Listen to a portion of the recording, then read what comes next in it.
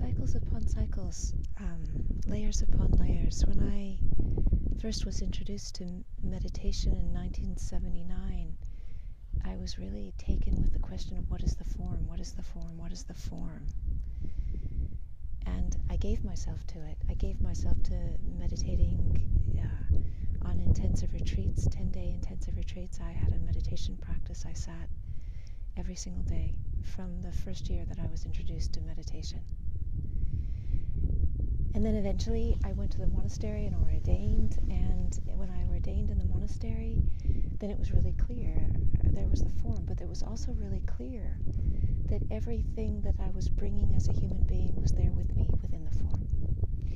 All of my issues, all of my habits, all of my patterns, all of my personality beliefs, all of my structures, they were all there. They were there with me within the form. And over the years of working with it, I had a little bit more skill, things were a little bit more spacious, things were not so compelling or challenging for me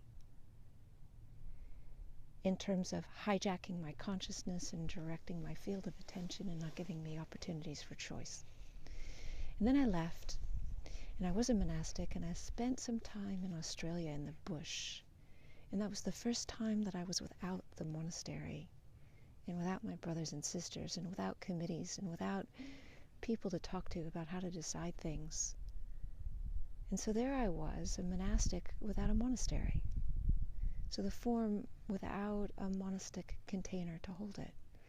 So the precepts had been internalized, and I spent time, doing things the way that I knew, practicing, meditating, chanting, sitting, walking, bowing, chanting, affirming the refuges and the precepts, studying the Vinaya, studying the suttas. I was bringing the form into the context of what was formless. And then eventually I began to have more confidence just to trust awareness itself and to relax into the nature and to learn to listen to the nature, learn to be in relationship with the nature and let the nature be a mirror for my mind. And as I started to do that, I began to relax how much structure I had in my life, how many minutes I sat and how many minutes I walked, and whether I would alternate precisely the sitting and the walking and the sitting and the walking. And I began just to relax in nature and just let awareness expand in nature. And watching what was happening as I was watching awareness expand in nature and how I was able to use that less structured environment, the safety of being held by nature, to allow me to have access to parts of my mind and my psyche and my body that I hadn't had access to before. And then I went back into the monastery, having had much insight into these structures, these patterns, these habits that were holding me back, that were causing suffering. And back in the monastery, I could see there was a lot more joy. And yet, it was because of this patriarchal retrenchment in the monastery that I left. And I left as a monastic without any form. And now I am just again on the cusp of relinquishing the monastic form, relinquishing the form that has held me all of these years, the precepts that have held me, that have created a container for mirroring for me. And I return into what is formless. And today I was walking here in Annandale, and I went off of a familiar path onto a path that I'd never been on before.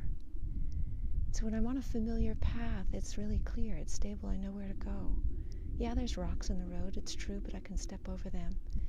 But I don't have so much uncertainty, so many choices. When I was on the uncertain path, there were places where I didn't know.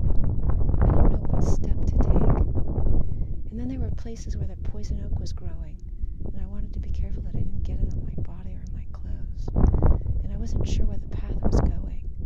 But there was an intuition and a sense of aliveness to follow this untrodden path, that one that I'd never been on before, and to watch for clues, to watch the signal of my intuition, to watch my body ripen, to watch my intuition, to watch nature, to see where the deer have gone.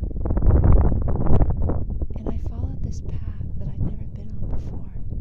And I came to this really beautiful meadow.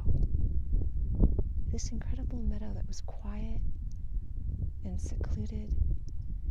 And I just lied down there and rested in the meadow.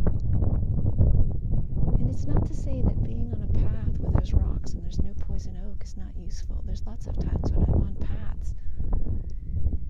But it's a really interesting question. Why is it that our staying on the path, what is familiar, where there is no poison oak, limits us from stepping off of what is familiar and engaging in something which is enlivening,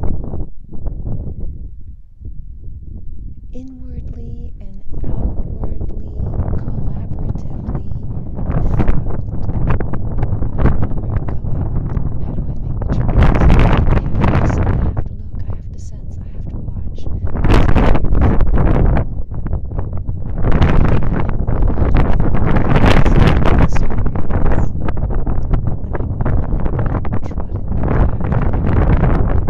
So form and formlessness, structure and without structure. Being in structure, moving out of structure.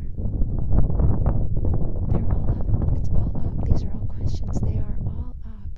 How to use this life for awakening fully, completely.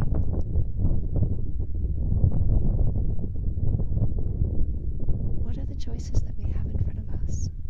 And when we take those choices, what are the results?